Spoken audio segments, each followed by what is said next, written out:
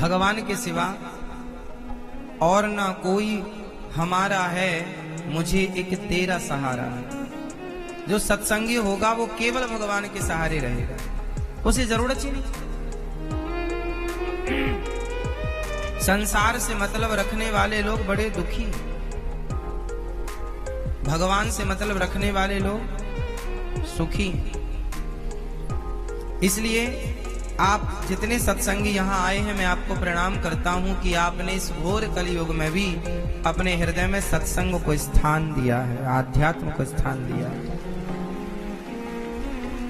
हमारे मैया श्री सुनीता सोनी जी, आपके लिए सुंदर तालियां बजाएं। श्री नितिन सोनी जी, श्री श्वेता सोनी जी, श्री अशोक सोनी जी, सुमन सोनी जी, खुशबू अग्रवाल जी, राजू डोलानी जी, प्रिया डोलानी जी, स्वर्गीय श्री समस्त सोनी परिवार और स्वर्गीय श्री गणेश प्रसाद जी की स्मृति में स्थान गोंदिया की पावन धरती से आप श्री धाम वृंदावन आए हैं और सा परिवार आए हैं। कुछ आज आ गए, कल आ गए, कुछ आएंगे। जो नहीं आ पाए वो टीवी यूट्यूब पर सुनेंगे। आपने केवल अपने परिवार का ही कल्याण किया ऐसा नहीं, आप तो आए। क्या पुरुषोत्तम माह में ये लोग आ पाते वृंदावन? लेकिन आपके बदौलत, आप निमित्त बने, आपके कारण सबको भगवान और भागवत जी का दर्शन हुआ। जीवन में जैसे प्यास हमें बहुत लगी है और हमें पानी मिला एक गिलास और हमने गटगट गटगट पी लिया। हमें प्यास लगी और हमने पानी पी लिया, ये बड़ी बात नहीं है।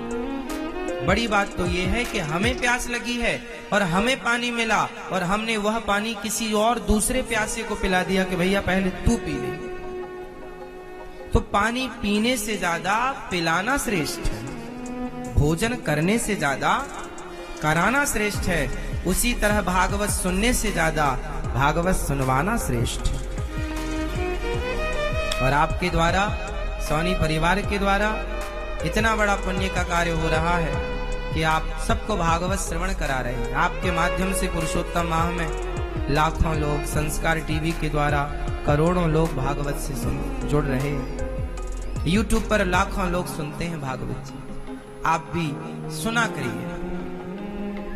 अभी यहाँ भागवत जी की पोथी पाठ के यजमान भी बैठे हैं। आप भी बड़े भाग्यशाली हैं कि इस माह का आप लोग लाभ ले रहे हैं। भागवत जी वही सुनता है जिस पर भगवान की विशेष कृपा होती है।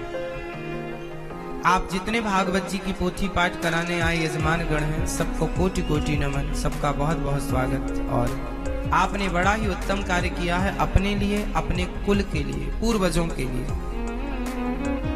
जन्म लेते ही हम ऋणी होते हैं। पहला ऋण किसका है बताओ?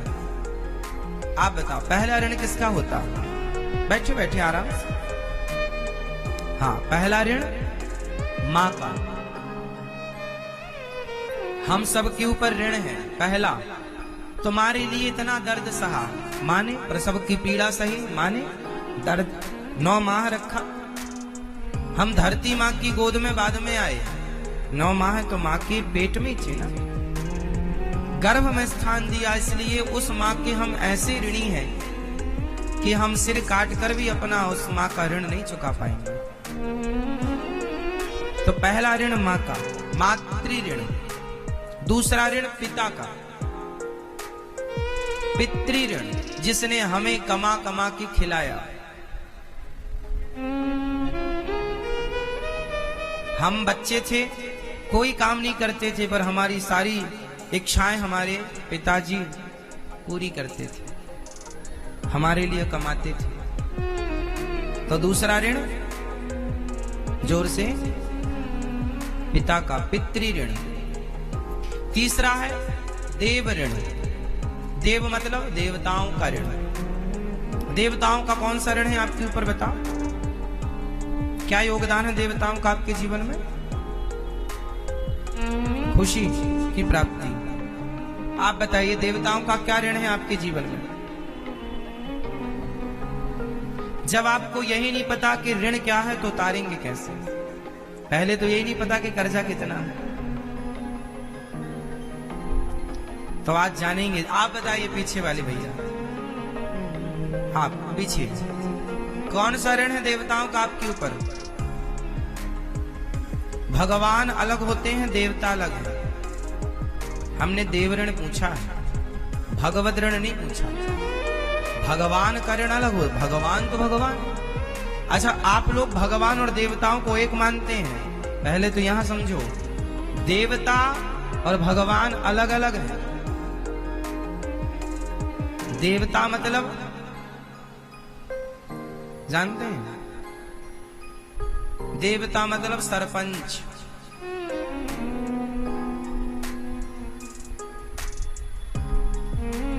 देवता मतलब एक एक कार्य के। आप ये भी कह सकते हैं मंत्री, फलाना उद्योग मंत्री, गृह मंत्री, ये भी समझ लो।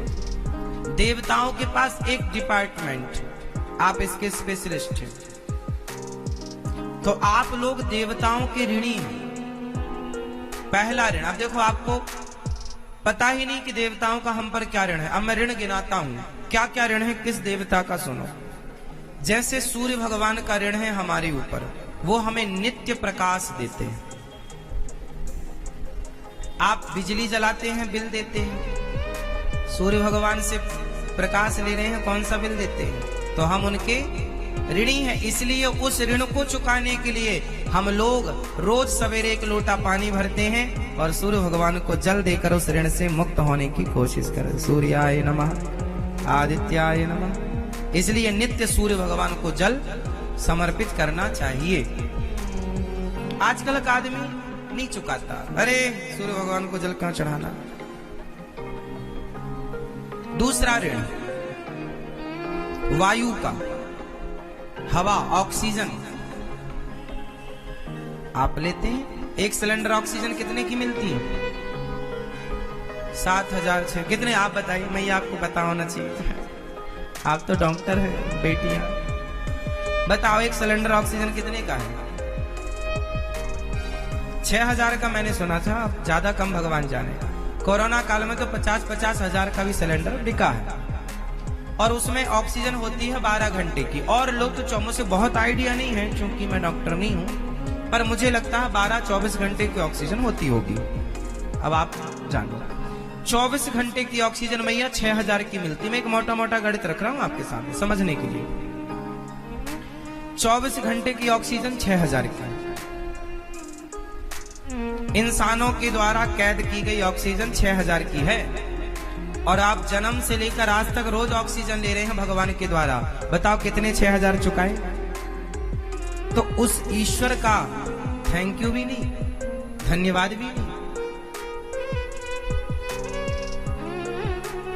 इसलिए टैक्स के रूप में ईश्वर का धन्यवाद दिया करो। ये जो आप माला जपते हैं ना, महाराज जी हम माला क्यों जपे, क्यों माला जपे? अरे भगवान के अधीन होते हैं देवता। मत भयात वाति वातो यम सूर्यस्तपति मत भयात। भगवान के अधीन है देवता। देवता ऐसे हाथ जोड़ के भगवान के आगे खड़े हैं।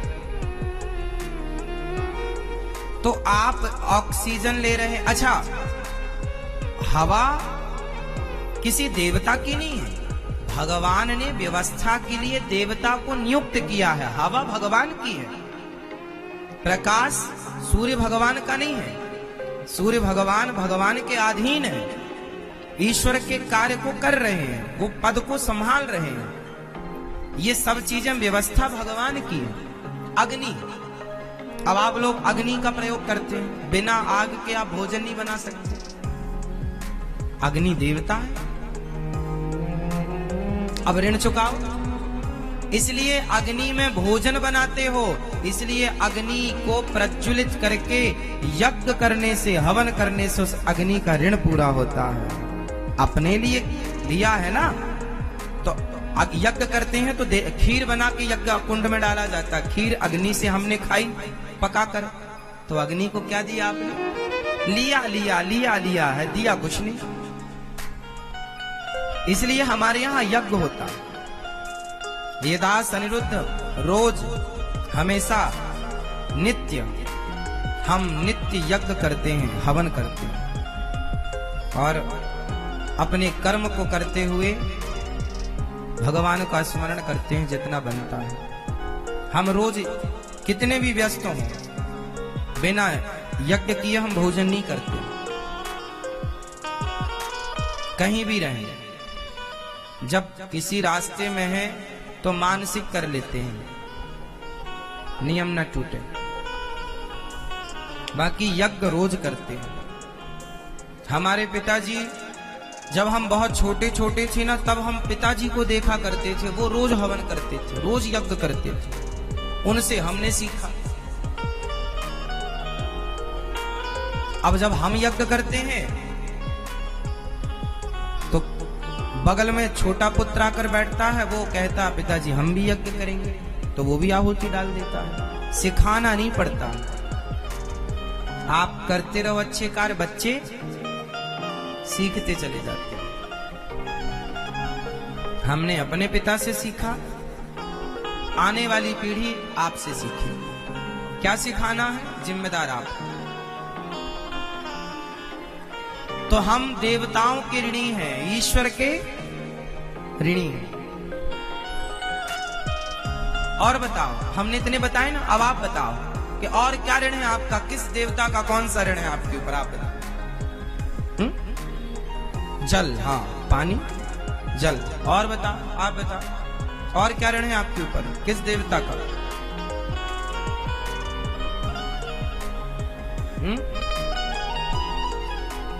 धरती, पृथ्वी माँ का ऋण है, इसलिए रोज हमें पृथ्वी माँ को प्रणाम करना चाहिए।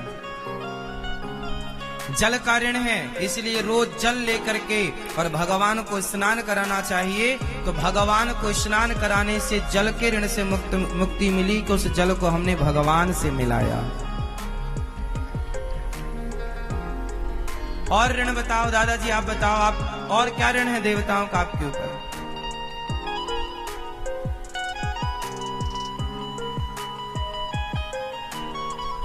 आकाश, ठीक। ऋण बहुत सारे हैं,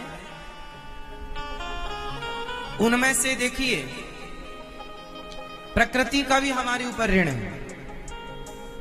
आप लोग बेड पर सोते हैं, पलंग किस चीज का बना है?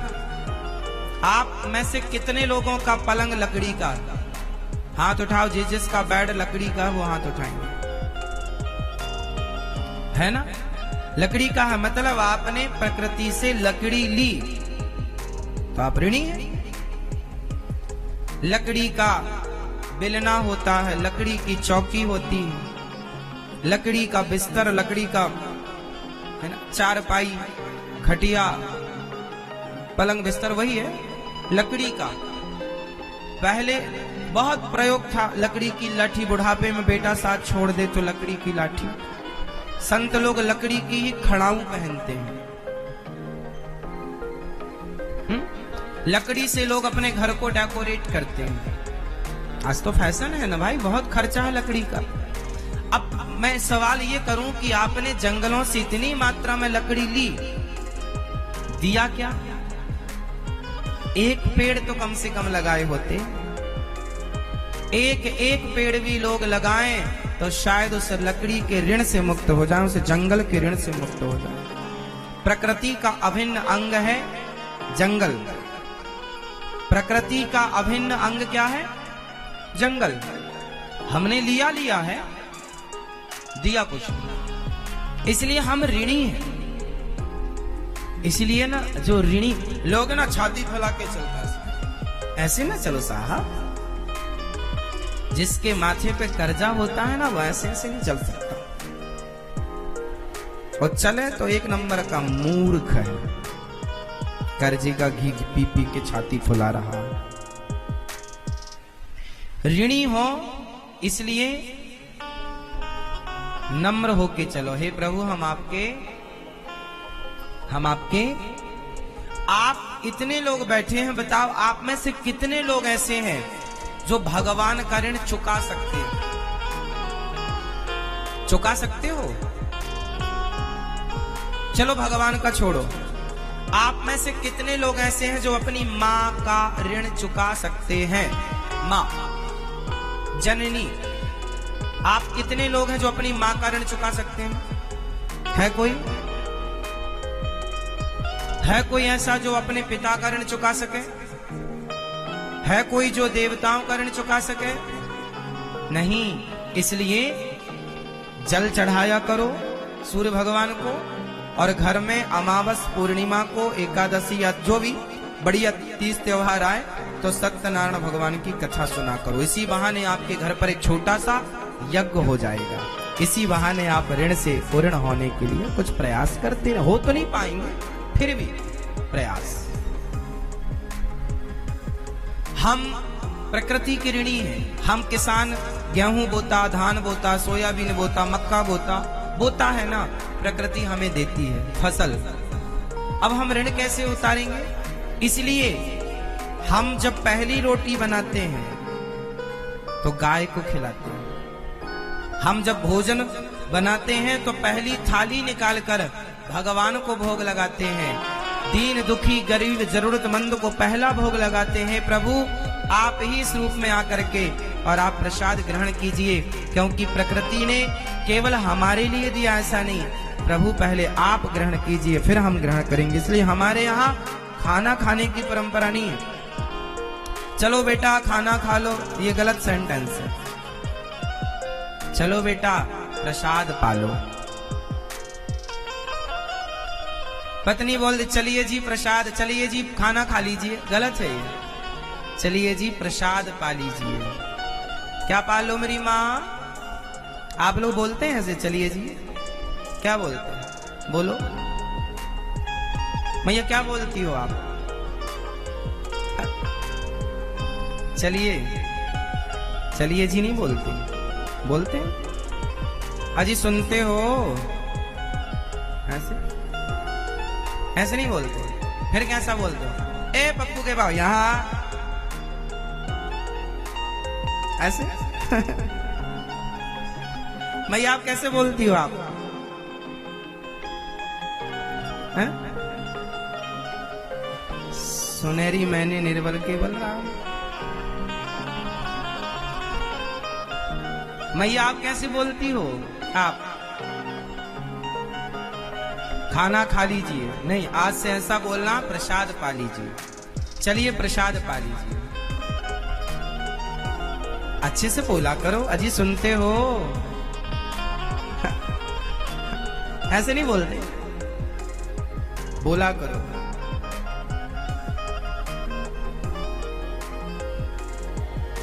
पहले की माता ऐसा बोला करती, काय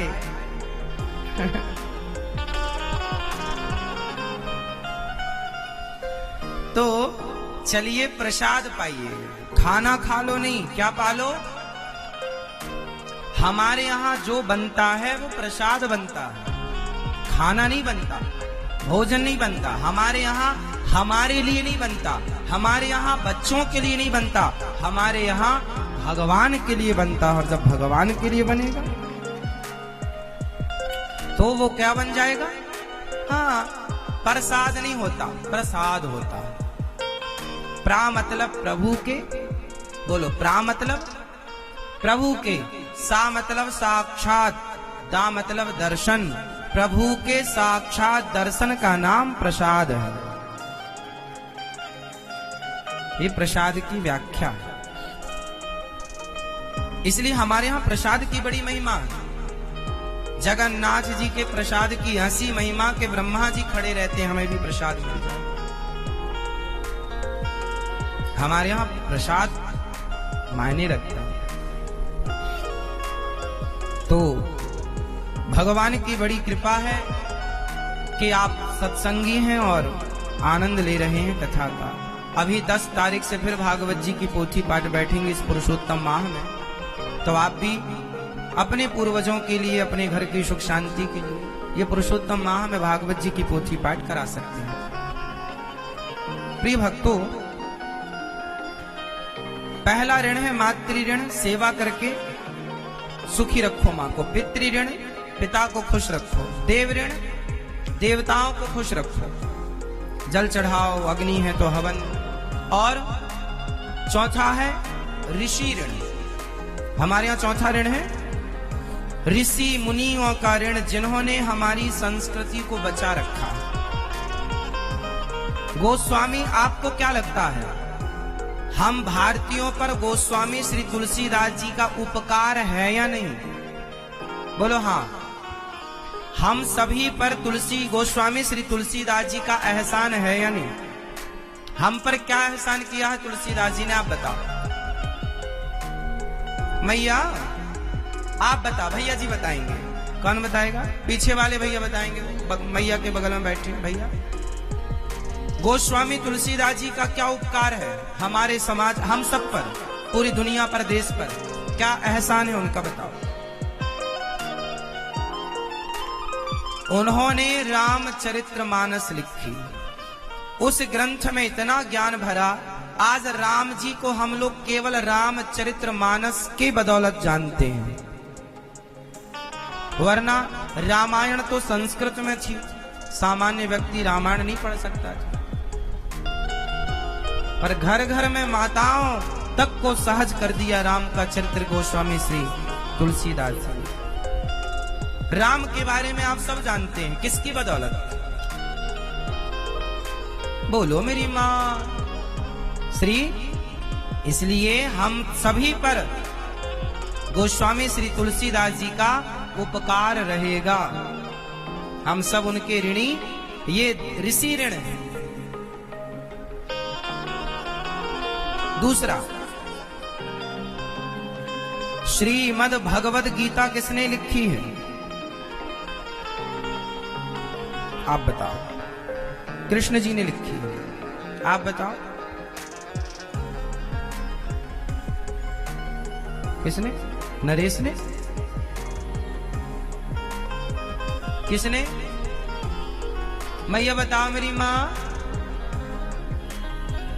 ये मैया बताएंगे, पिंक वाली गुलाबी मैया।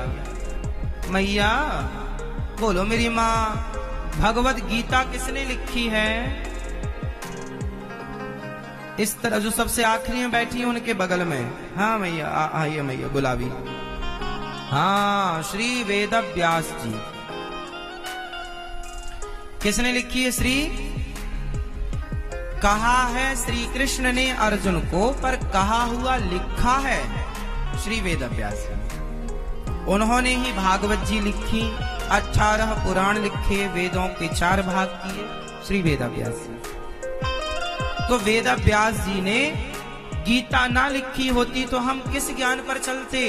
तो उन्होंने लिखी तो हमारे लिए आधार मिला, इसलिए हम उन देवता, उन ऋषियों के, बोलो, ऋणी। और सुनो, आप में से कितने लोगों को कबीरदास जी का कोई ना कोई दोहा याद है? आपको कबीरदास जी का कोई दोहा याद है? किस किस को याद है कबीरदास जी का कोई भी दोहा? किस किस को याद है? आप सुनाओ। काल करे सो आज कर, आज करे सो। आपको याद है कबीरदास जी का दोहा? सुना। ऐसी वाणी बोलिए मन का आपा खो। ये देखो, हमारे यहाँ ना दोहा है सूरदास जी के, कबीरदास जी के, रैदास जी के और रहीम जी के।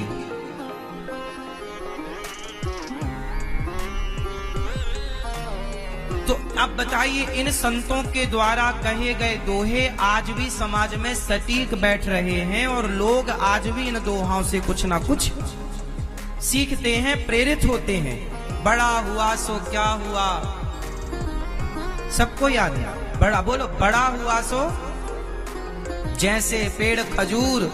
अब देखो, एक दोहे में कितनी बड़ी बात कह दी गई कि आदमी इतना बड़ा हो के क्या करेगा कि किसी के काम ही नहीं आता। मतलब कितनी गहरी बात शब्दों से पिरो दी, शब्दों में। बड़ा हुआ सो क्या हुआ, जैसे पेड़ खजूर पक्षी को छाया नहीं।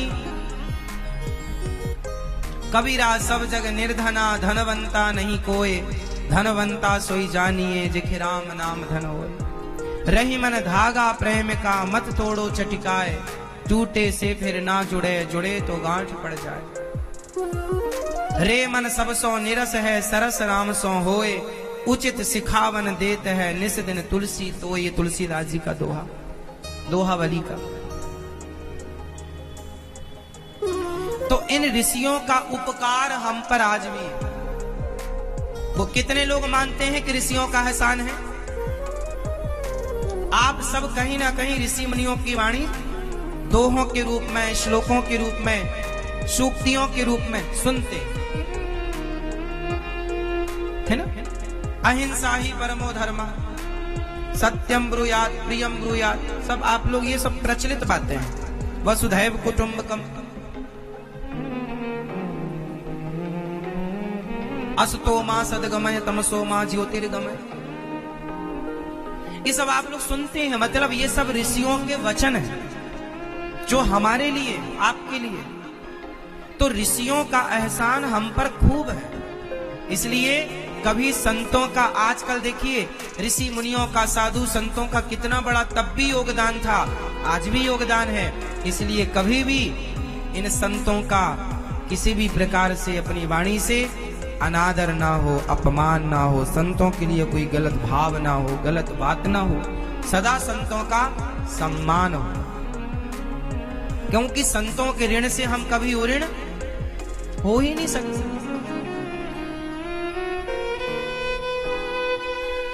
ऋषियों के ऋण से हम ऋण नहीं हो सकते। इसलिए हम सबको ऋषियों को प्रणाम करना चाहिए। इसलिए हमारे यहाँ सप्तर्षि हैं, सप्तऋषि।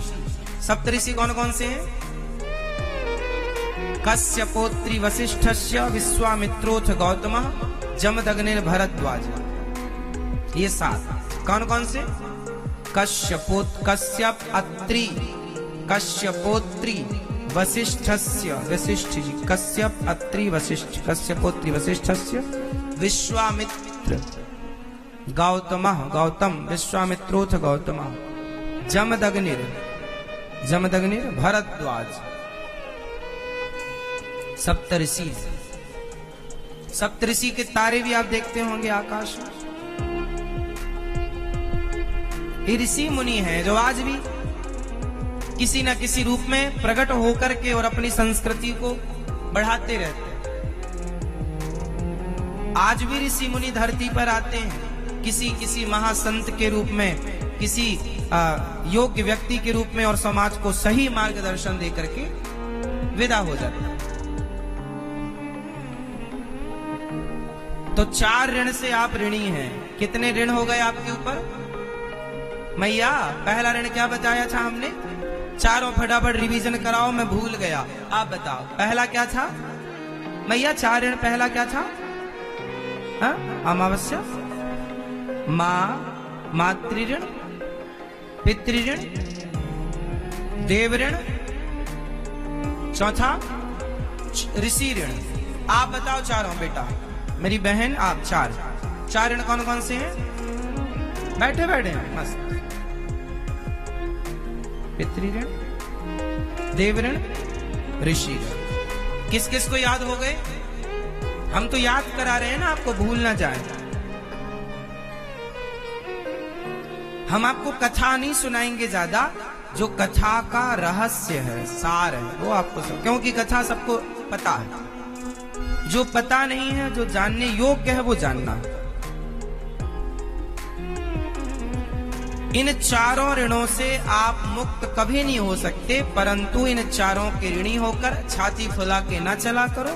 सदा अपने आप को कर्जीला मानो और सदा ईश्वर का धन्यवाद दो। हे प्रभु हम आपके ऋणी हैं, हे नाथ हम आपके, हे प्रभु हम पर कृपा कीजिए, हम पर दया कीजिए, हमें अपने चरणों की भक्ति।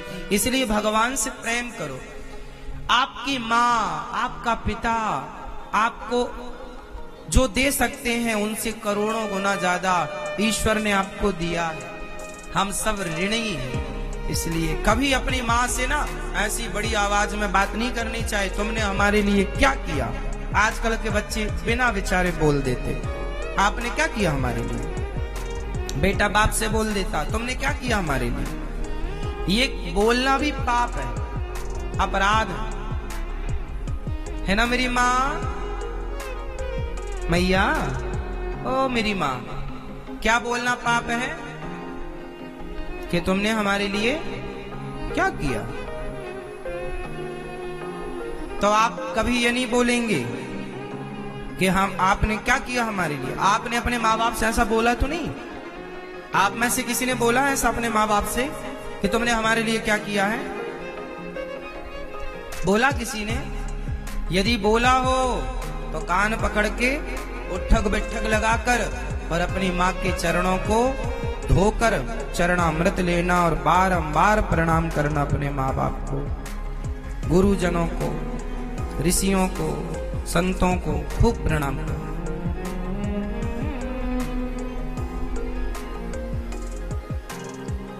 अब श्री भागवत जी में प्रवेश। जन्माद्यस्य यतोऽन्वयादितरतश्चार्थे सुभिज्ञः स्वराट् तेने ब्रह्म हृदय आदि कवये मुह्यन्ति यत्सूरयः तेजो वारि मृदां यथा विनिमयो यत्र त्रिसर्गो मृषा धाम्ना स्वेन सदा निरस्तकुहकं सत्यं परं धीमहि।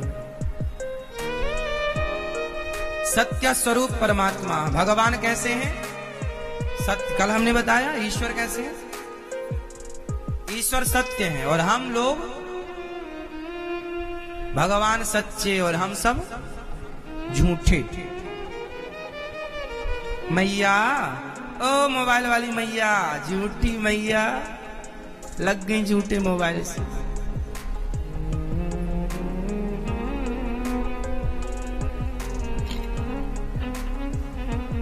भगवान परम सत्य। भागवत जी का प्रश्न है पहला, मनुष्य का धर्म क्या है? बताओ मैया, धर्म क्या है मनुष्य का? परहित सरिस धर्म नहीं भाई, पर पीड़ा सम नहीं अधमाई। सबसे बड़ा धर्म है सत्य बोलना, दया करना, परोपकार की भावना रखना। शास्त्रों का सार क्या है? 4 वेद 6 शास्त्र में बात मिली है दोए, दुख दीन है दुख होत है, सुख दीन है सुख होए। धर्मा कम शरणम गता, धर्म किसकी शरण में गया? ये 6 प्रश्न हैं। मनुष्य का धर्म क्या है? दया। अच्छा, जब भगवान धर्म की स्थापना करने आते हैं और जब धर्म चला जाता है, जब भगवान धरती छोड़कर चले जाते हैं लीला पूरी करके, तो धर्म किसकी शरण में जाता है? बताओ, धर्म किसकी शरण में है? मीन्स किसके पास धर्म है? आप में से कितने लोगों के पास धर्म है? जिसके पास है वो हाथ उठा सकता। आप में से कितने लोगों के पास धर्म है तो हाथ उठाओ, नहीं है तो कोई बात नहीं। किसके पास धर्म है? आप लोगों के, आपके धर्म नहीं है आपके पास? आपके पास धर्म नहीं है मैया? बोलो मेरी माँ, आपके पास धर्म नहीं है? है तो हाथ उठाओ। किस किस के पास धर्म है? धर्म उनके पास होता है जो सत्य के राह पर चलते हैं। यदि आपके पास सत्य है तो धर्म आपके पास है, और यदि आपके पास सत्य नहीं है तो आपके पास धर्म नहीं हो सकता। और जीवन में पैसा हो ना हो साहब, धर्म होना चाहिए। क्या होना चाहिए? लोग कहते हम सब छोड़ देंगे, अपना धर्म नहीं छोड़ेंगे।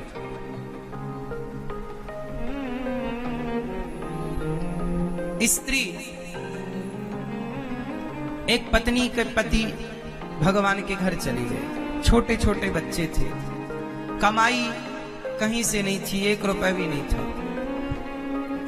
उस स्त्री ने मजदूरी की, आजकल समाज में यदि किसी स्त्री को ये दुनिया को पता चल जाए ना कि आपके पास कोई नहीं है, तो लोग आपका शोषण करना चाहते हैं। बस दुनिया को पता चलना चाहिए कि आपके आगे पीछे अब कोई सहारा नहीं है, तो दुनिया कहेगी हम तो तुम्हें सहारा देंगे, पर बदले में डिमांड रखते हैं, बदले में शोषण चाहिए उन्हें, शारीरिक शोषण। एक स्त्री ने मुझे अपनी घटना बताई। एक माँ ने, महाराज जी मेरे छोटे छोटे 2 बच्चे थे, पति गुजर गए, कोई सहारा नहीं, मजदूरी की, मेहनत की, घर पर बर्तन धोए लोगों के यहाँ। लोगों ने कहा कि हम तुझे पैसा दे देंगे, हम तुझे रख लेते हैं, सारी तेरी इच्छाएं पूरी करेंगे पैसे से, पर तू हमारे साथ रह, रखेल की तरह। लोगों ने बदले में क्या मांगा? शरीर मांगा। फ्री में कोई किसी को क्या देता? लेकिन उस स्त्री ने बताया, महाराज जी ना जाने कितने लोगों ने मुझसे कहा कि तुम हमारी बात मान लो, फिर जो पैसा मांगोगी देंगे। उसने कहा ना, हमें मजदूरी करने दो, हमें बर्तन धुलने दो, हम मेहनत करेंगे, हम अपना धर्म नहीं छोड़ेंगे, हम अपना, ये है धर्म। इस धरती में पैसे में इतनी ताकत नहीं है मेरी मां कि धर्म को खरीद सके। धर्म कभी बिकता नहीं है, और जो बिक जाए वो धर्म नहीं होता। धर्म कभी बिकता नहीं है, और जो बिक जाए वो स्वधर्मे निधनम श्रेया पर धर्मो भयावह। गीता में भगवान कहते हैं अपना धर्म ना छोड़ो। इसलिए श्रेष्ठ वस्तु क्या है? जोर से, क्या है? धर्म। कभी ना छोड़िएगा धर्म। गरीबी 4 दिन की होती है, सदा एक सा वक्त नहीं रहता मेरी मां। दिन सबके बदलते हैं। घूरों के दिन भी बदलते हैं, ऐसा हमारे यहाँ कहावत है। घूरा जानते हैं? जहां पर लोग कचरा फेंकते हैं, सारे गांव भर का कचरा जहां फेंका जाए उसे बोलते हैं घूरा। घूरे पर फेंक दो, मतलब जहां कचरा गांव का फेंका जाता है। तो कहावत बनी कि घूरे के दिन भी बदलते हैं। जहां घूरा हुआ करता था वहां कई बार मंदिर भी बन जाते हैं, लोग अपना माथा भी झुकाते हैं। तो समय कब बदल जाए, इसलिए धर्म ना छोड़िएगा। सबसे कीमती है धर्म, और धर्म मीन्स सत्य। अपना सत्य ना छोड़ो, अपना धर्म ना छोड़ो। दया धर्म का मूल है, दया ना छोड़ो। तो धर्म उन्हीं के पास होगा जिनके पास सत्य होगा। आज भगवान किनके पास है?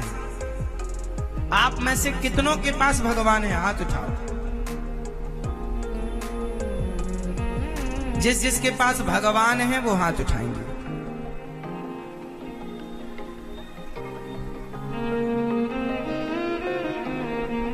है?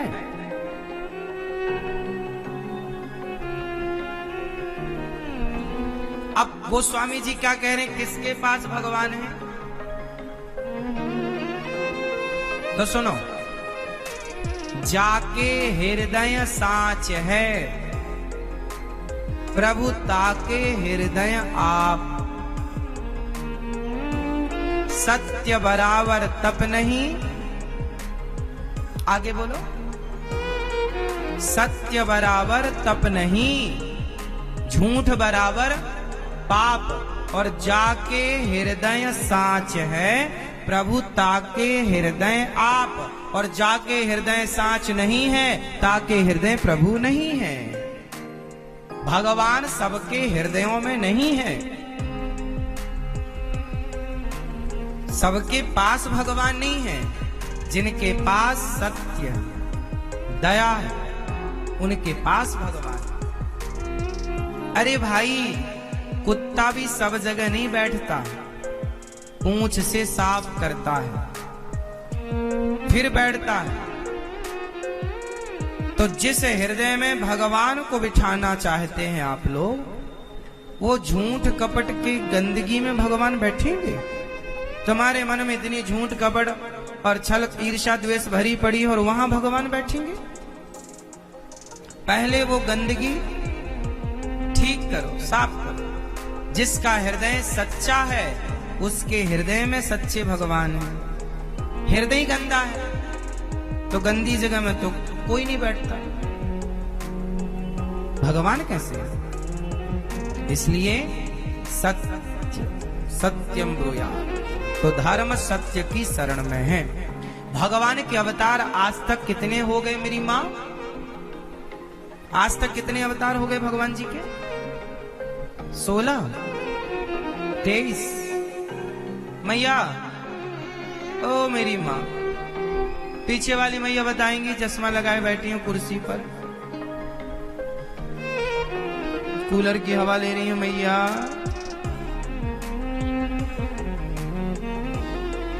मैया बताओ, भगवान जी के कितने अवतार हो गए? 23 हो गए, 24वां होगा किसी कलयुग में, अंत में, संबल ग्राम में विष्णु यश नाम के ब्राह्मण के यहाँ। टोटल अवतार है 24। भगवान के 24 अवतार कौन कौन से हैं? पहला अवतार भगवान का है सनकादि, सनक, सनंदन, सनातन, सनत कुमार। दूसरा अवतार है बाराह। बताओ, 12 अवतार भगवान ने क्यों लिया था? हाँ, पृथ्वी की स्थापना करने के लिए। और किस राक्षस को मारा था? 12 भगवान ने किसे मारा था? आप बताओ, किसे मारा था? हिरण्याक्ष नाम के राक्षस को, जिसने पृथ्वी छिपाई उसे मारा और पृथ्वी की स्थापना की। किसने? भगवान का दूसरा अवतार 12। और 4 बच्चे आपने सुने होंगे, जो 4 ऋषि हैं, छोटे से रहते हैं, सनक, सनंदन, सनातन, सनत, 5 वर्ष की रहते हैं। ये प्रथम अवतार है। भगवान का तीसरा अवतार है नारद जी। नारायण नारायण। नारद जी का अवतार क्यों हुआ? भक्ति का प्रचार करने के लिए भगवान स्वयं नारद बनकर आए और उन्होंने बताया कि मेरा कीर्तन कैसे किया जाता हो। नारद जी ने कीर्तन कर करके लोगों को भगवान से जोड़ा। चौथा अवतार है भगवान का नर नारायण। नर, आज नर नारायण भगवान कहां विराजमान है? कौन बताएगा? आप में से कितनों को पता है कि नर नारायण भगवान आज कहां है वर्तमान में? कितनों को जो जानकारी है तो बताओ, हाथ उठाओ।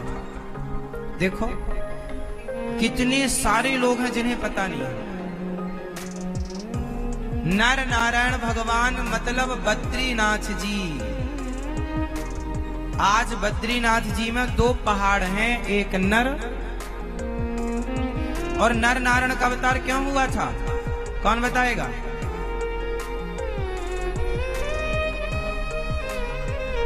कर्ण की बात पता होगी आपको। कर्ण, दानवीर कर्ण। दानवीर कर्ण को पिछले जन्म में कर्ण कौन थे? एक राक्षस जिसने वरदान मांगा। 1000 कवच कुंडल थे कर्ण के पास पिछले जन्म में, और इन्होंने वरदान मांगा कि जो मेरे 1000 कवच कुंडल तोड़ेगा वही मुझे मार सकेगा। और एक कवच कुंडल को तोड़ने के लिए हजारों साल चाहिए।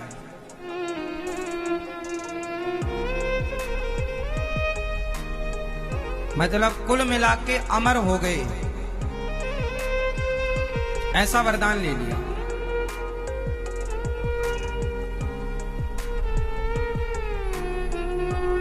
इतना लंबा समय चाहिए और एक साथ अब कैसे काम बने? तब भगवान को नर नारायण का अवतार लेना पड़ा था। तो पहले नर तपस्या करते, तो नारायण युद्ध करते। फिर वो उसकी शक्ति इतनी पावर थी तप के बल से कि फिर नारायण तपस्या करने लग जाते तो नर युद्ध करता, फिर नारायण करते तो नर, फिर नर नारायण, ऐसे तपस्या करते करते 999 कवच टूट गए, एक रह गया। तो एक कवच को फिर वो कुंडल कवच लेकर वही कर्ण बनकर आए इस जन्म में। तो कर्ण के कवच कुंडल, कर्ण की मृत्यु होगी नर नारायण से। तो नर है अर्जुन और नारायण है श्री कृष्ण, इसलिए नर नारायण का अवतार द्वापर में हुआ कृष्ण और अर्जुन के रूप में। ये नर नारायण ही है, उनके द्वारा फिर कर्ण की मृत्यु हुई। तो ये कर्ण के पूर्व जन्म का चरित्र, उनके लिए नर नारायण भगवान का अवतार हुआ था। तो ये भगवान के तीसरे अवतार हैं। चौथे अवतार नर नारायण। पांचवा अवतार भगवान का कपिल देव जी। कपिल देव जी को जानते हैं आप लोग? कपिल देव जी, कपिल देव जी किनके पुत्र हैं और इन्होंने क्या किया? इनका अवतार क्यों हुआ? कपिल देव जी का अवतार क्यों हुआ?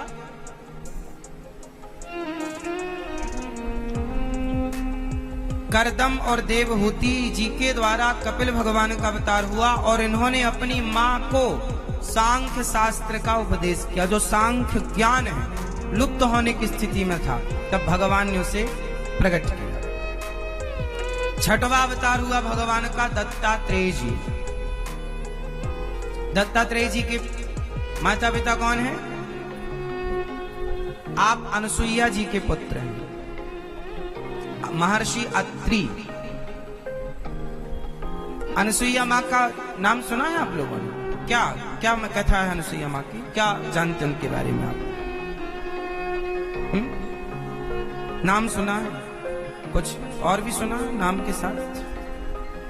नहीं। माता अनुसुईया के बारे में मैया आप क्या जानती हो? बीच वाली मैया। नहीं, पूरा नहीं, हम कहा पूरा, तो हमें भी नहीं पता। हमारे वेद पुराणों में कितना ज्ञान है पूरा किसी को नहीं पता हो सकता, पूरा तो हमें भी नहीं ज्ञान। माता अनुसुईया का चरित्र तो विस्तार है, पूरा तो हम भी नहीं जानते, पर फिर भी आपसे हम पूछ रहे हैं, हम आपकी इसलिए इसी बहाने ना लोगों को जिज्ञासा बनेगी, हम भी समझें, चीज जाने। अनुसुईया माता के बारे में क्या सुना आपने? हाँ, क्या सुना? क्या सुना?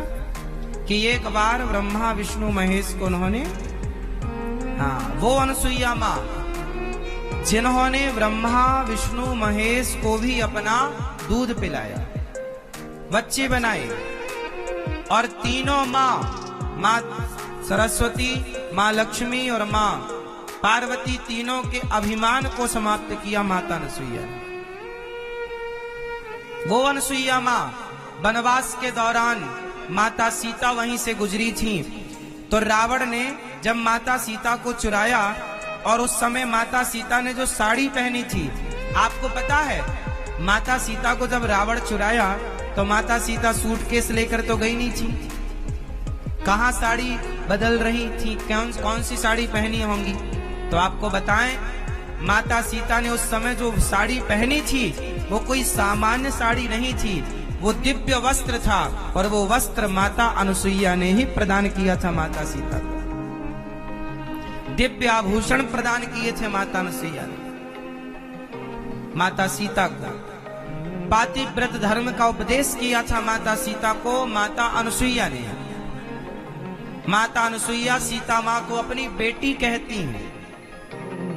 वो माता अनुसुईया जिनके चरणों को माता सीता प्रणाम करती है, वो महर्षि अत्रि जिन्हें भगवान राम प्रणाम करते, उनके पुत्र महर्षि श्री दत्तात्रेय जी। अब दत्तात्रेय जी के बारे में क्या सुना है आप लोगों ने? मैया दत्तात्रेय जी के बारे में भैया आपने क्या जाना, सुना, क्या सुना, कुछ तो सुना होगा रत्ती भर। हाँ क्या दत्तात्रेय जी के बारे में कौन जानता है? मैया, ओ मेरी पंखा वाली मैया, आप बता दत्तात्रेय जी के बारे में आप क्या जानती हैं? कुछ नहीं?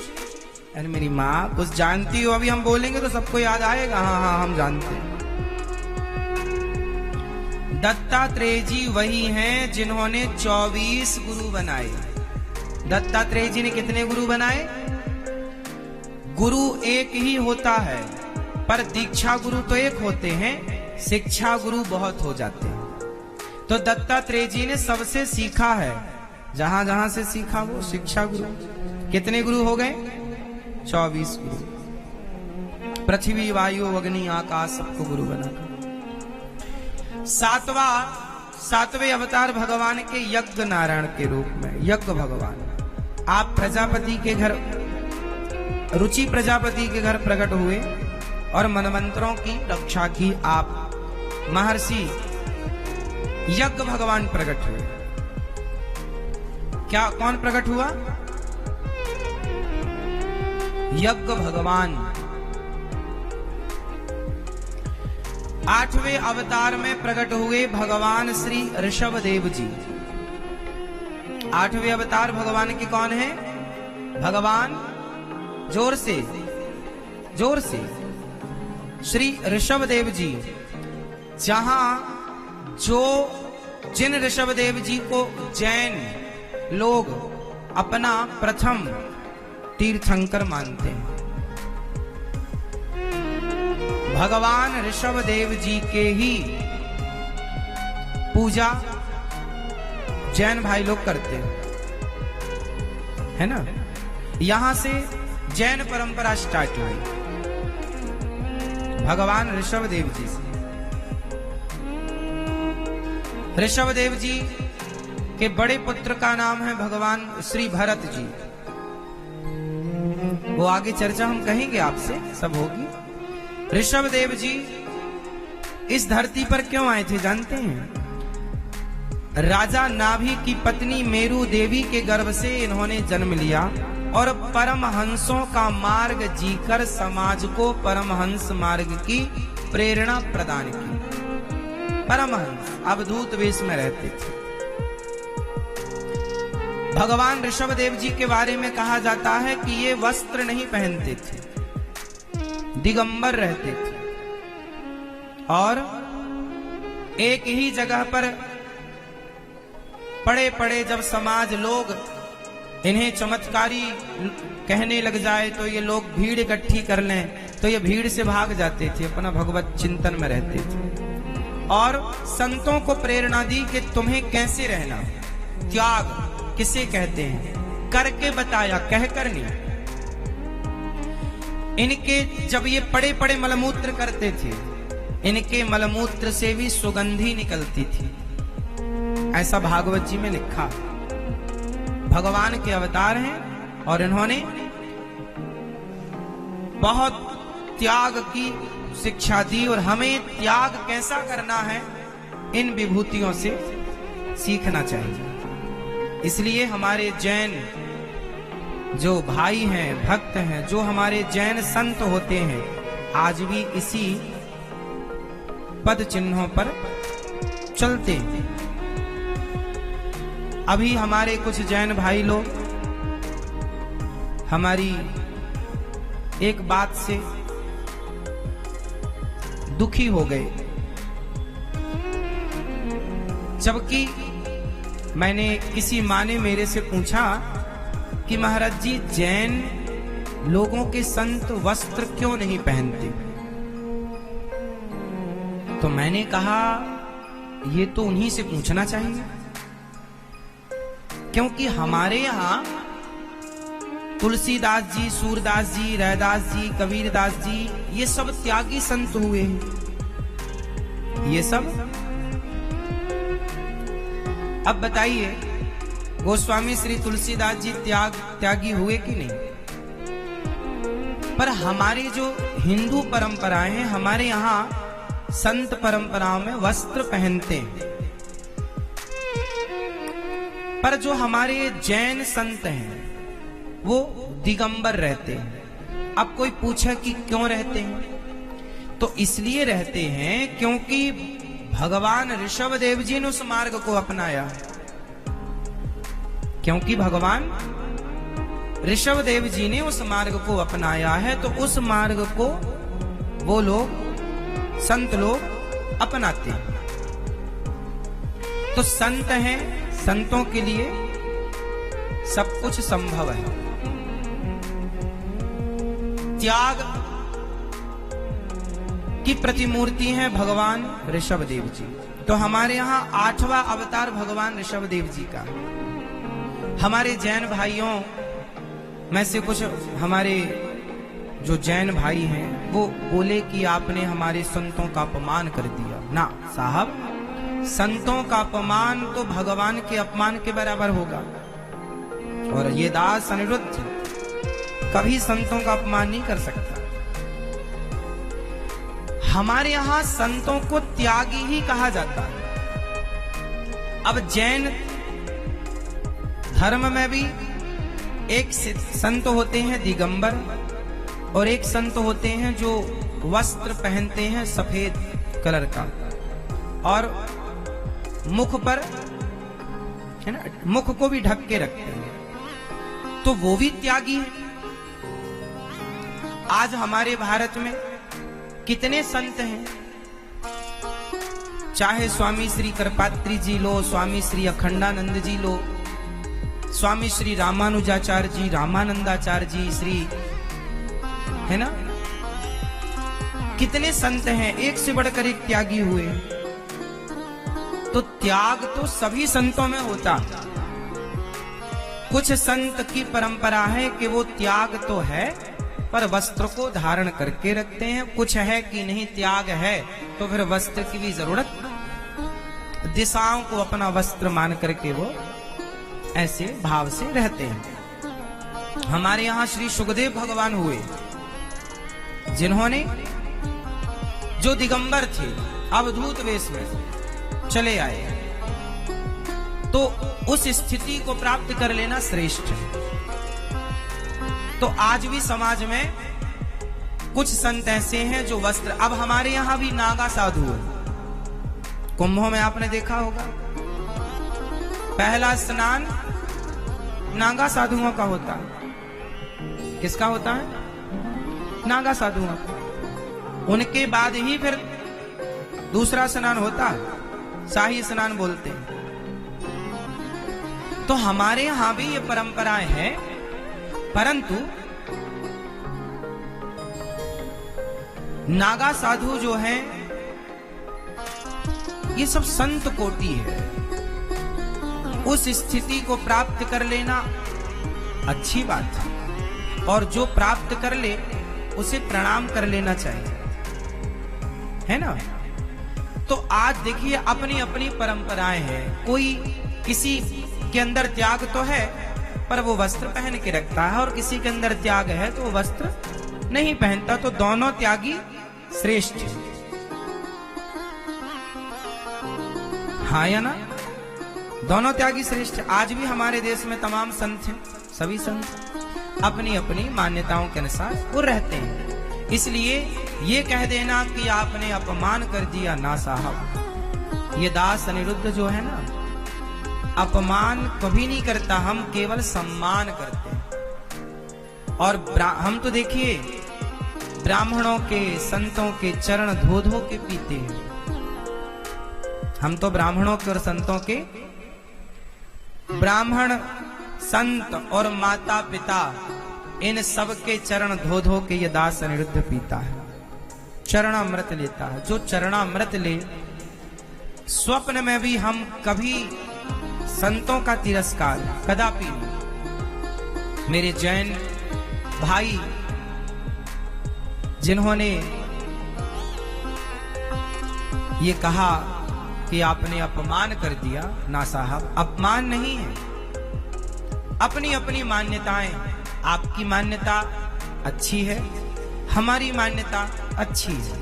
आप जो मानते हैं आप अच्छा मानते हैं, हम जो मानते हैं हम भी अच्छा मानते हैं। आप दिगंबर संत जो हैं आप उन्हें त्याग की मूर्ति मानते हैं। हमारे यहाँ जो वस्त्र पहनकर भी संत हैं हम उन्हें भी त्याग की मूर्ति मानते हैं। तो संत तो किसी भी रूप में हो पूज्य है और वंदनीय है, किसी भी रूप में हो, किसी भी स्वरूप में संत का आदर हो। फिर भी मेरे भाई, यदि जैन मेरे भाइयों को यदि बुरा लगा तो ये दास क्षमा प्रार्थी। तो भगवान श्री ऋषभ देव जी 8वें अवतार हैं। किनके? भगवान ऋषभ देव जी भगवान श्रीमन नारायण के 8वें अवतार हैं। 9वें अवतार हैं भगवान पृथु। 9वें अवतार हैं भगवान पृथु। और 10वें अवतार हैं भगवान मत्स्य। एक बार भगवान मछली बनकर आए। क्या बनकर आए? जोर से, जोर से। मछली, मत्स्य। 11वां अवतार है भगवान का कच्छप अवतार। कौन सा अवतार? कच्छप।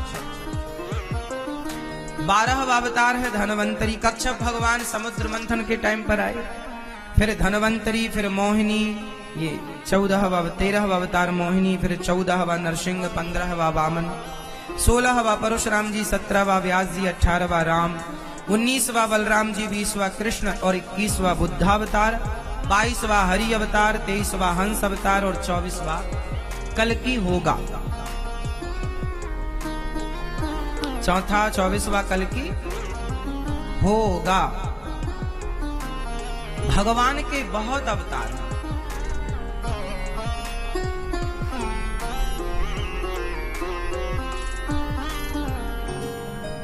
अनंत हरि कथा, कहाँ ही सुनहि बहु विधि सब संता।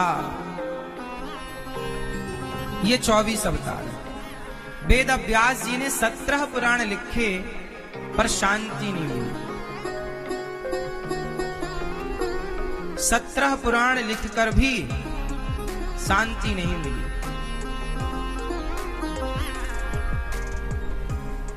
तब नारद जी ने कहा भागवत जी लिखो। क्या लिखो? भागवत।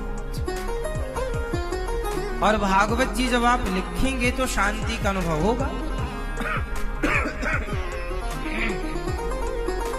श्री वेद व्यास जी ने भागवत जी लिखी। नारद जी ने आत्मचरित्र, अपना चरित्र बताया, मैं क्या था पहले, अब क्या हूं। पहले मैं दासी पुत्र था, दासी पुत्र से मैं ब्रह्मा पुत्र बना। तप के बल से मेरे संतों की कृपा हुई और संतों की कृपा से मुझे, मैं दासी पुत्र से ब्रह्मा पुत्र बना संतों के आशीर्वाद से।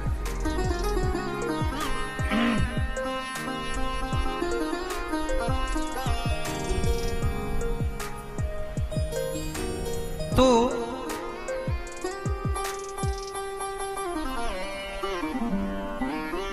श्री नारद जी महाराज कहते हैं, मैं संतों से मंत्र लिया और जब संतों के राह पर चला तो मेरी माँ ने रोका, पर मेरी माँ को सांप ने डस लिया। मैं माँ का अंतिम संस्कार करके और सीधा खूब तप किया। अंत में भगवान का दर्शन हुआ और अगले जन्म में मुझे पुत्र के रूप में भगवान ने स्वीकार किया। वेद व्यास जी ने भागवत की शुरुआत की महाभारत के युद्ध से। महाभारत का युद्ध कहां हुआ था? कुरुक्षेत्र। कितने दिन हुआ था? मैया 18 दिन। किनके साथ हुआ था? पांडव और कौरव। कौरव और पांडवों का रिश्ता क्या था आपस में? जोर से और थोड़ा जोर। भाई भाई। अच्छा, युद्ध की वजह क्या थी?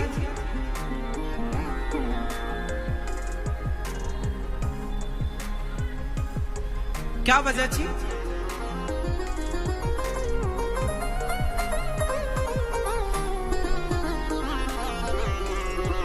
क्या वजह थी? अपमान। ठीक है, ये भी वजह हो सकती है। और क्या वजह थी? धन।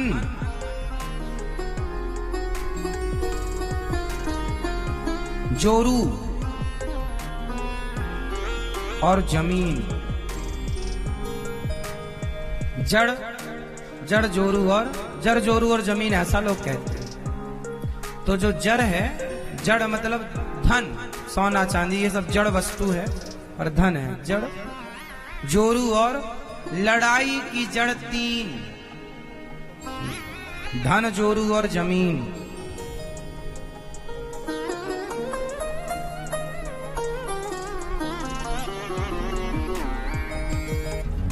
तो 3 कारण थे। पहला कारण, महाभारत का युद्ध इसलिए हुआ क्योंकि दुर्योधन पांडवों की जमीन हड़पना चाहता था। भाई जुआ खेला ना, और पूरा हस्तिनापुर इंद्रप्रस्थ कब्जे में लेना चाहा, कब्जे में लेना चाहा।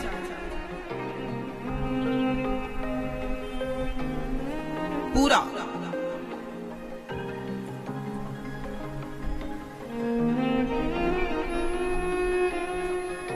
पूरा कब्जा चाहता।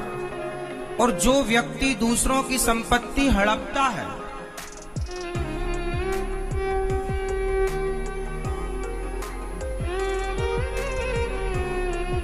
जो व्यक्ति दूसरों की संपत्ति हड़पता है, उसका नाश होता है।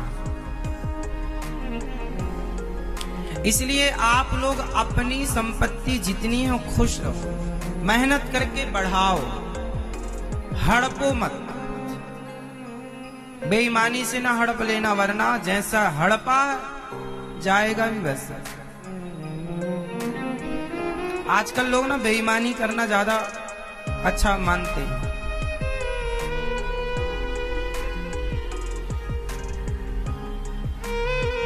तो पहला कारण क्या था महाभारत का?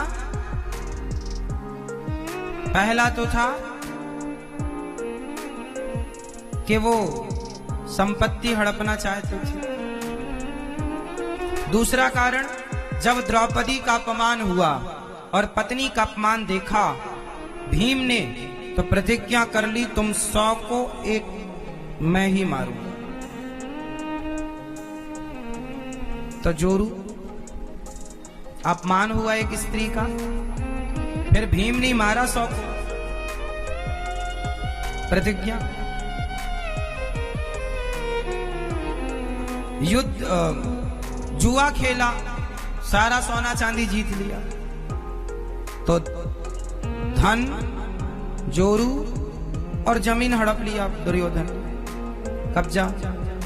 और पांडवों को वनवास भेज दिया 12 साल का और 1 वर्ष का अज्ञातवास।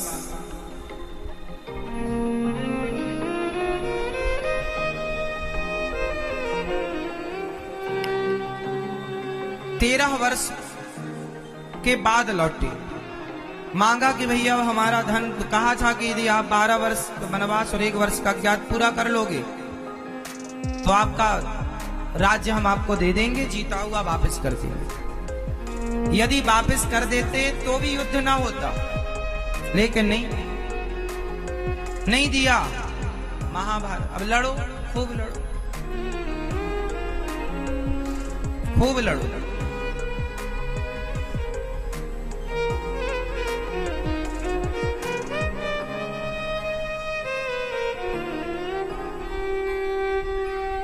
आजकल लोग लड़ते बहुत, जरा जरा सी बात हुई कि लड़ो लड़ो लड़ो, खूब लड़ो। आजकल लोगों को अपने से मतलब नहीं है, दूसरों से। हम कैसे हैं कोई नहीं देख रहा है, सामने वाला कैसा है। हम गलती करते हैं कोई नहीं देखता, उसने गलती की देखो। बुरा जो देखन मैं चला, बुरा न मिलिया कोई, जो दिल खोजा आपुना हमसे बुरा ना। सबसे बुरा कौन है? हम स्वयं, हम सबसे बुरे हैं, आप सबसे अच्छे। इसलिए अपने को हमेशा अच्छा नहीं मानना चाहिए। हम लोगों में लाखों बुराइयां, आप में हो ना हो, पर मैं अपनी करूं, मेरे में तो लाखों नहीं करोड़ों बुराइयां, खूब सारी। पूरी दुनिया ढूंढ लो, मेरे जैसा बुरा आदमी नहीं मिलेगा आपको।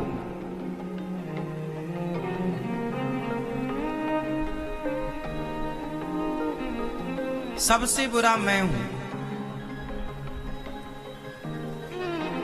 इसलिए मैं आज तक कभी किसी की बुराई नहीं देखता, क्योंकि मुझे अपनी स्वयं की बुराइयां देखने से फुर्सत नहीं मिलती। मैं अपने को ही देखता रहता हूं कि मैं कहां बुरा हूं, मैं कहां गलत हूं। जहां मैं बुरा हूं, जहां मैं गलत हूं, मैं वहां उसे सुधारने की कोशिश कर लेता हूं। जहां गलती है वहां क्षमा मांग लेने में बुराई नहीं। इसलिए क्षमा। इतनी सारी गलतियां हम करते हैं। सबसे बड़ी गलती तो ये है कि हमने ये मानव का शरीर पाकर उस परम पिता परमात्मा को भुला दिया, जिसने हमें ये दिव्य शरीर दिया। पहली गलती तो हमारी है। आप इसे गलती मानते हैं? हमें ईश्वर ने ये शरीर दिया और हमने आपके शादी के समय, आपके पति ने शादी के पहले आपकी मंगनी के टाइम कुछ दिया था आपको? मैया शादी के पहले कुछ देते ना, अंगूठी वगैरह पहनाते हैं, तो आपको मिली थी अंगूठी?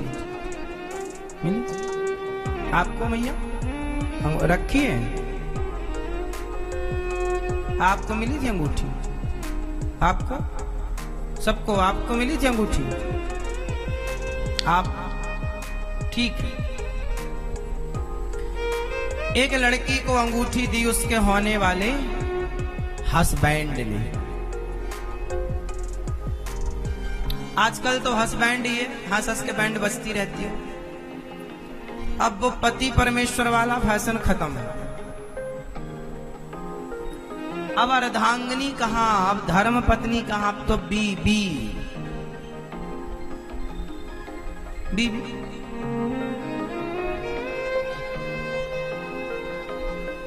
वाइफ, जो वाइफर से ही मारती रहे, उठा उठा के वाइफर दे, है ना मेरी माँ? हमारे यहां पहले क्या होता था? पत्नी, धर्म पत्नी, अर्धांगिनी। आज क्या होता? वाइफ। पहले होता था पति,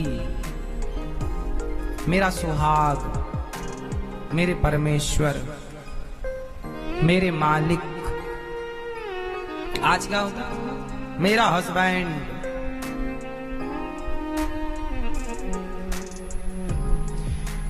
जमाना बदल गया, पढ़े लिखे हो गए।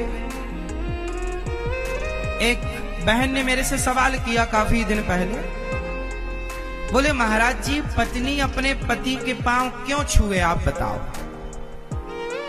अरे लड़कियों का भी कोई सम्मान है? ये पुरुष लोग अपने पांव पड़वाते रहते हैं स्त्रियों से। इस सब्जेक्ट में मैंने कुछ नहीं बोला। मैंने कहा भैया आप मत पढ़ना।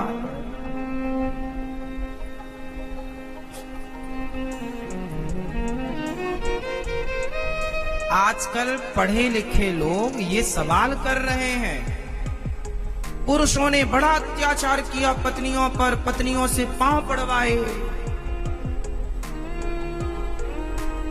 पत्नियों को छोटा बनाया, पांव छुवाते हैं पत्नियों से। जितना पति का सम्मान उतना पत्नी का भी होना चाहिए, दोनों एक हैं। तो फिर छोटी पत्नी क्यों बने, पत्नी क्यों झुके?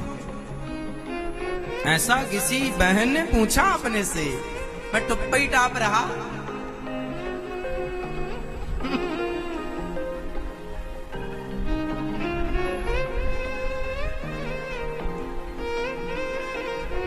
क्या कहता बताओ? अच्छा आप बताओ क्या कहना था मेरे को? मैं तो समझ रहा क्या कहूँ। अच्छा आप बताओ क्या कहना था फिर मेरे को?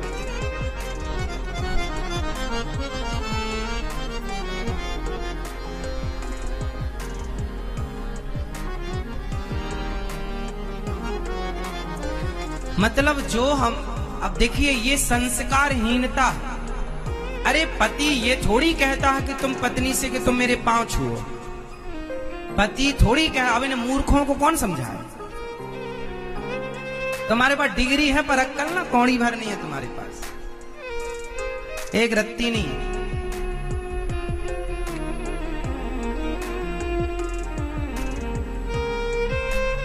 पति थोड़ी कहता है कि तुम पत्नी से कि मेरे पांव छुओ। भाई ये तो पत्नी अपने पति को भगवान मानती है। पति अपने पति अपनी पत्नी अपने पति को भगवान मानती है। ये परंपरा है। माता सीता ने राम को अपना पति को भगवान माना। माता अनुसुईया ने महर्षि अत्रि जी को अपना परमेश्वर माना। हमारे यहाँ ये परंपरा है और इस परंपरा को मानते हुए पत्नी ये मानती है कि मेरा पति भगवान है और उस ईश्वर को प्रणाम करना चाहिए। पत्नी पांव छूती है अपने पति को अपनी इच्छा से, कोई कहता थोड़ी है लाठी मार के कहीं छूना पड़ेगा। तो उसने फिर पूछा महाराज जी फिर पत्नी छोटी हो गई। हमने कहा लो अब पांव छूने से लोग छोटे हो रहे हैं, इसलिए आजकल के बच्चे पांव नहीं छूते। हम छोटे हो जाएं इसलिए अपने माँ बाप के भी पांव नहीं छू रहे हैं बच्चे, हम छोटे हो जाएंगे। अब सोचिए ऐसी मानसिकता पढ़े लिखे लोगों की है। अब सोचिए क्या इनकी अक्ल और क्या संस्कार है और क्या होगा आगे। आजकल के बच्चे पांव नहीं छूते, 100 में से 99 बच्चे नहीं छूते, घुटने छूते हैं। क्यों नहीं छूते? क्योंकि पढ़ाई का एटीट्यूड है जी, हम पढ़े लिखे हैं, हम छोटे थोड़ी हैं, हम बड़े हैं, हम बड़े हैं, हम छोटे थोड़ी हैं। पांव छूने को वो छोटी बात मानते हैं। वो ये नहीं जानते कि ये हमारे संस्कार हैं। संस्कार तो गया पीछे, वो छोटा बड़ा मान रहे हैं। अब अक्कल में ताला पड़ा, हम क्या करें?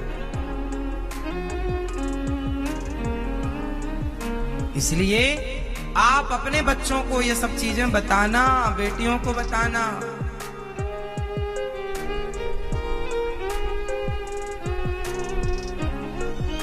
अपने से श्रेष्ठ जनों के पांव छूने की परंपरा रही है अपने भारत में। बेटा अपने माँ बाप के पांव छूता है ना? अरे हमारे यहाँ तो ये परंपरा है कि बाप अपनी बेटी के पांव छूता है, पर कई जगह उल्टी परंपरा है कि बेटी पिता के पांव छूती है। पर हमारे यहाँ जिस परंपरा में मैं पला बढ़ा भाला खाया, मेरे पिताजी भी मेरी बहन के पांव छूते हैं। ये मेरी यहाँ की परंपरा है। अब आप कहेंगे क्यों भाई, बाप तो बड़ा हुआ बेटी छोटी हुई? नहीं, हमारे यहाँ बेटी को कन्या मानते हैं, देवी मानते हैं और देवी को बड़ा मानते हैं। इसलिए देवी हमारे यहाँ स्त्री का इतना सम्मान है कि बाप भी अपनी बेटी के पांव छूता है ना? कन्या पूजते हैं तो उसमें दुर्गा मानते हैं, काली मानते हैं, लक्ष्मी मानते हैं। हमारे यहाँ नारियों का जितना सम्मान है, दुनिया के किसी भी धार्मिक पुस्तक को उठाइए और ढूंढ लीजिए, हिंदुओं के अतिरिक्त किसी और समाज में नारियों का इतना सम्मान हो कि बेटी पैदा हो तब बोलते हैं कि लक्ष्मी आ गई, बहू आए तो बोलते हैं लक्ष्मी आ गई। और जब यज्ञ होता है तो पत्नी के बिना, हम हिंदुओं के यहाँ पत्नी के बिना कोई भी यज्ञ पूरा नहीं होता हमारे यहाँ। पत्नी होगी तो यज्ञ पूरा होगा। राम जी की पत्नी जंगल में थी तो स्वर्ण की सोने की सीता बनानी पड़ी, पर सोने की ही सही बिठाना पड़ा बगल में, तब राम जी का यज्ञ पूरा हुआ। वरना राम जी को यज्ञ करने का अधिकार नहीं था बिना पत्नी के। यज्ञ करने का अधिकार केवल गृहस्थ को है।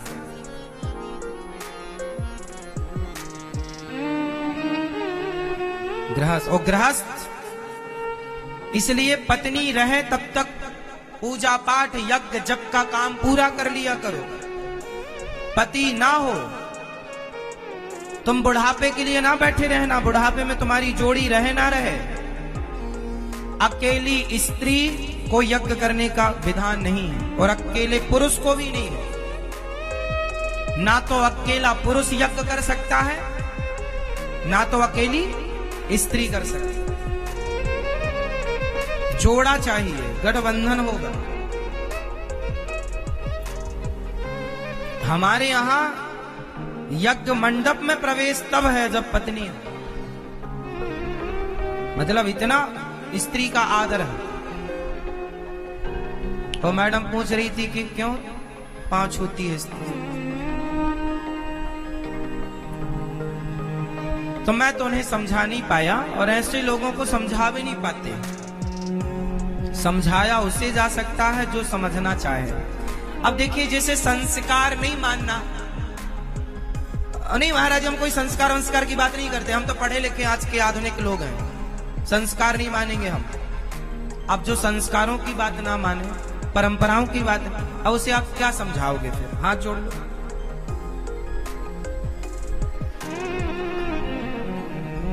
ठीक है, इसलिए अपने बच्चों को खूब बढ़िया संस्कार दो, झुकना सीखें। पांचों पांडव माता कुंती को प्रणाम करते हैं। एक सवाल खड़ा होता है कि धर्मराज युधिष्ठिर ने जुआ क्यों खेला? भाई जुआ खेलना सही है या गलत? जोर से। गलत। तो क्या यह बात युधिष्ठिर जी को पता नहीं थी? थी तो क्यों खेला? जुआ खेलना गलत है तो धर्मराज युधिष्ठिर को पता नहीं था कि यह गलत है? और पता था तो धर्मराज युधिष्ठिर जी ने जुआ क्यों खेला? बता, क्यों खेला? बता।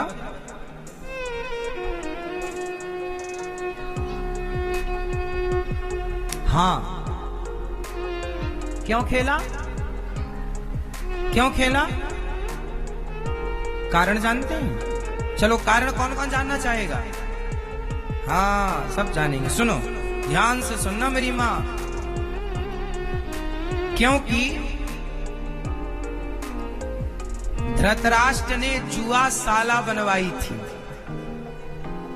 क्या बनवाई? जैसे लोग बनवाते हैं यज्ञशाला,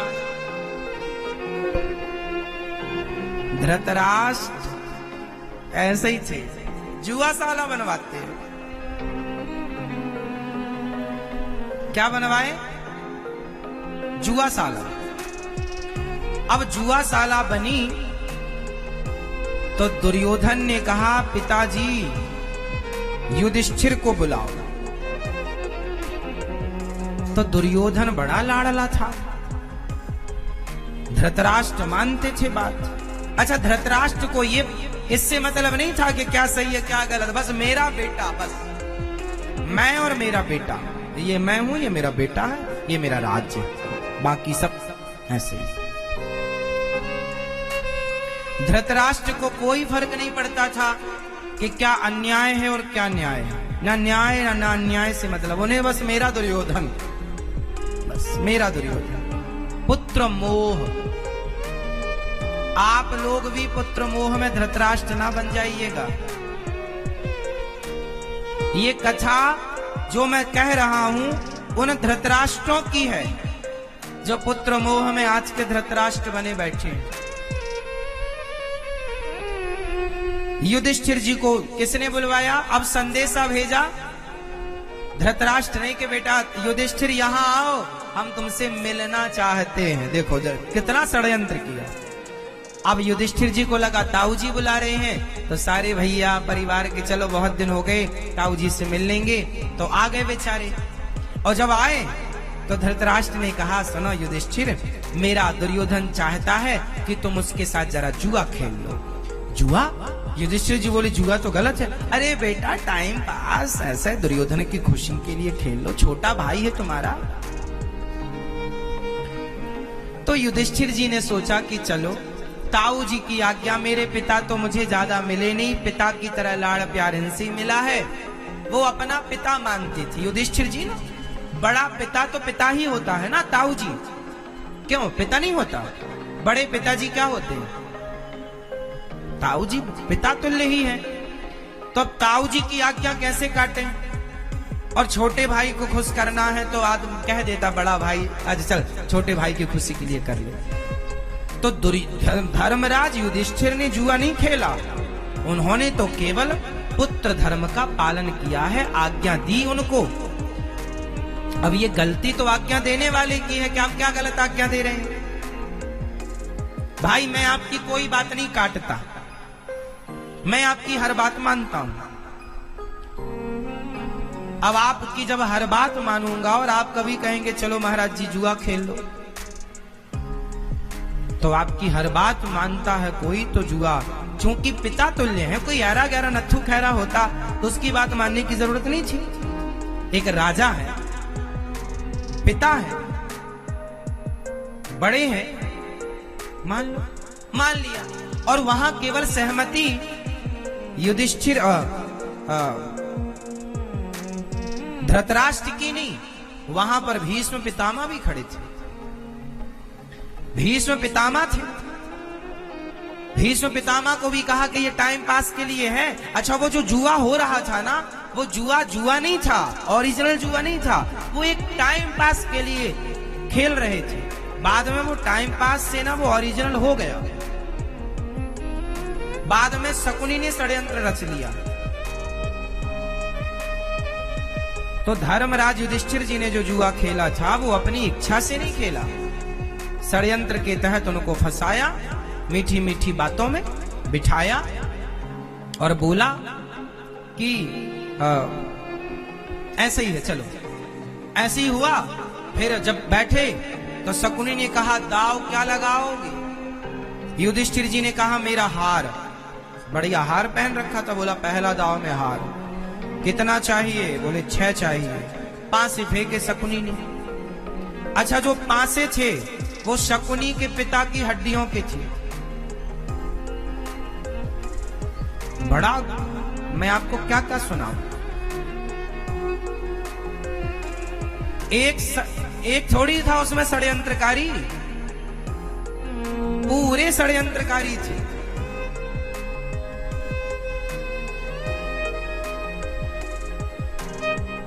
एक के अंदर बेईमानी नहीं थी, बेईमानों की फौज बैठी थी।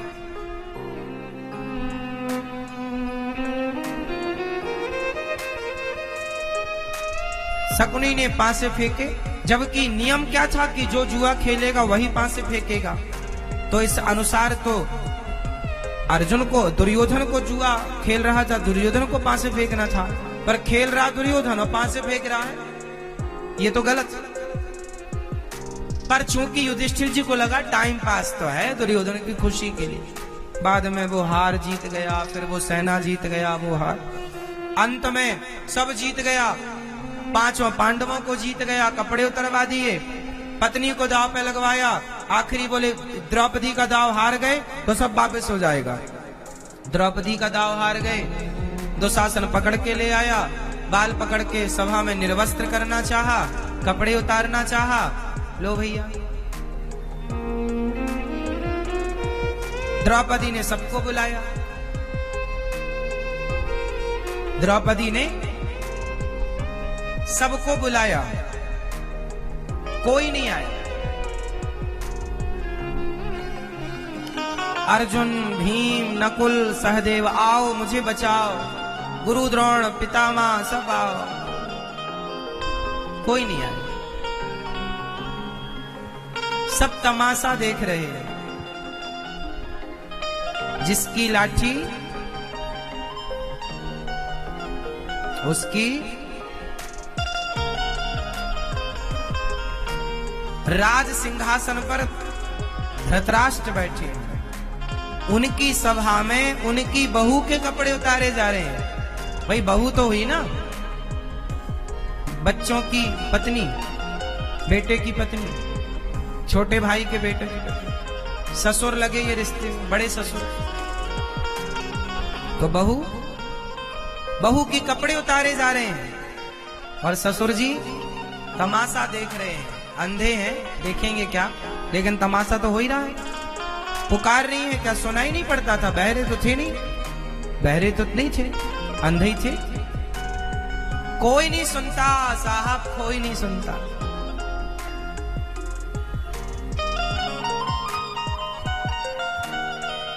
ऐसे ही है। इसका अर्थ क्या है मैं आपको बता नहीं सकता। कई बार समाज में गलत होता है, आपको पता है कि ये गलत है, पर आपको मजबूरन चुप रहना पड़ता है, भीष्म पितामह की तरह।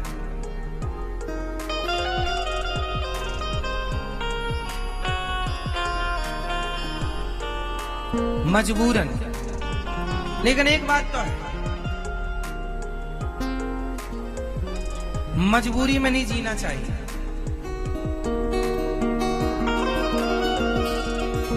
यदि गलत है तो आप कहो, आपके साथ गलत हो रहा है, कहो। जरूरी है कहना। द्रौपदी के साथ गलत हुआ, पुकारा, कोई नहीं आया, सब तमाशा देखते रहे। इसलिए हम आप लोगों से बोलते हैं ना, संसार के भरोसे न रहना। आप किसके भरोसे? हम तो भगवान के भरोसे। आप किसके भरोसे? भगवान का भरोसा हो। जगत का भरोसा नहीं जीत सकते आप। जगत भरोसे के लायक नहीं है। भरोसा तो जगन्नाथ जी पर। हे जगन्नाथ जी, मोहे तो भरोसो इन चरणन केरो। हमें तो भगवान के चरणन का ही भरोसा है और किसी का भरोसा नहीं। भरोसा रखो भगवान का। किसका भरोसा रखेंगे?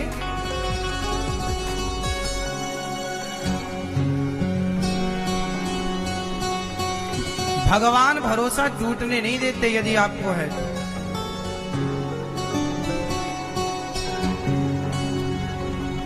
विश्वास नानी और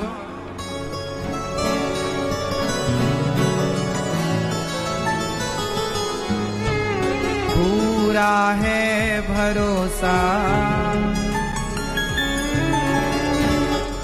मेरी हार नहीं होगी।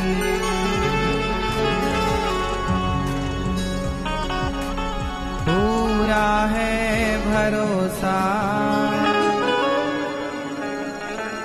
मेरी हार नहीं होगी। ये प्रार्थना दिल की बेकार नहीं होगी। ये प्रार्थना दिल की बेकार नहीं होगी। पूरा है भरोसा, मेरी हार नहीं हो। किस किस को भरोसा है तो उठा लो दोनों हाथ, मस्ती के संग तालियों की से।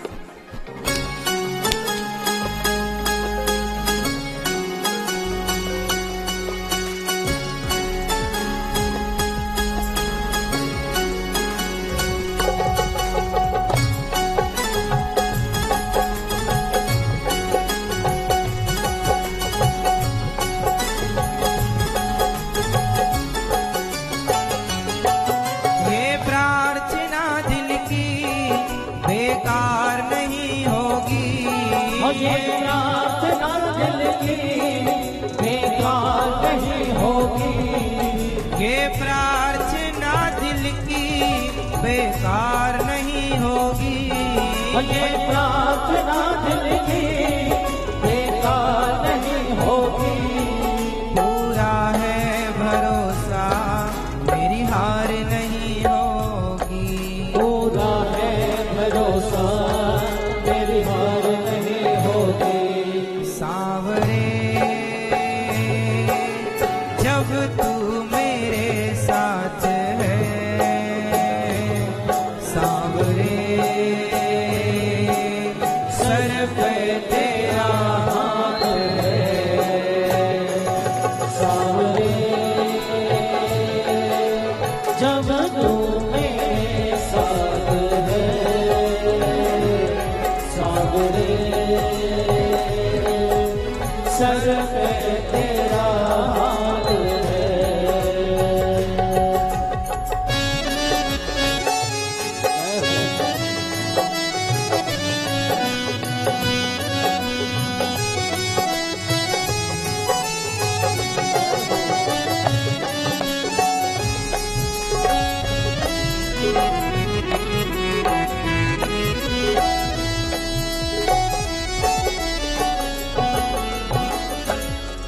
मैं हार जाऊं ये कभी हो नहीं सकता। बेटा अगर दुख में पिता सो नहीं सकता। बेटा अगर दुख में पिता सो नहीं सकता। मैं हार जाऊं ये कभी हो नहीं सकता। बेटा अगर दुख में पिता सो नहीं सकता। बेटा अगर दुख में पिता सो नहीं सकता। भगवान कभी अपने भक्तों को हारने नहीं देते। द्रौपदी पर संकट आया माना की, पर हार नहीं हुई। मैं हार जाऊं ये कभी हो नहीं सकता। बेटा अगर दुख में पिता सो नहीं सकता। बेटा अगर दुख में पिता सो नहीं सकता। बेटे की हार तुम्हें स्वीकार नहीं होगी। बेटे की हार तुम्हें स्वीकार नहीं होगी। बेटे की हार तुम्हें स्वीकार नहीं होगी। बेटे की हार तुम्हें स्वीकार नहीं होगी। पूरा है भरोसा मेरी हार नहीं होगी। पूरा है भरोसा मेरी हार नहीं होगी। सांवरे जब तू मेरे साथ है, सांवरे सर पे तेरा हाथ है। सांवरे जब तू मेरे साथ है, सांवरे सर पे तेरा हाथ है।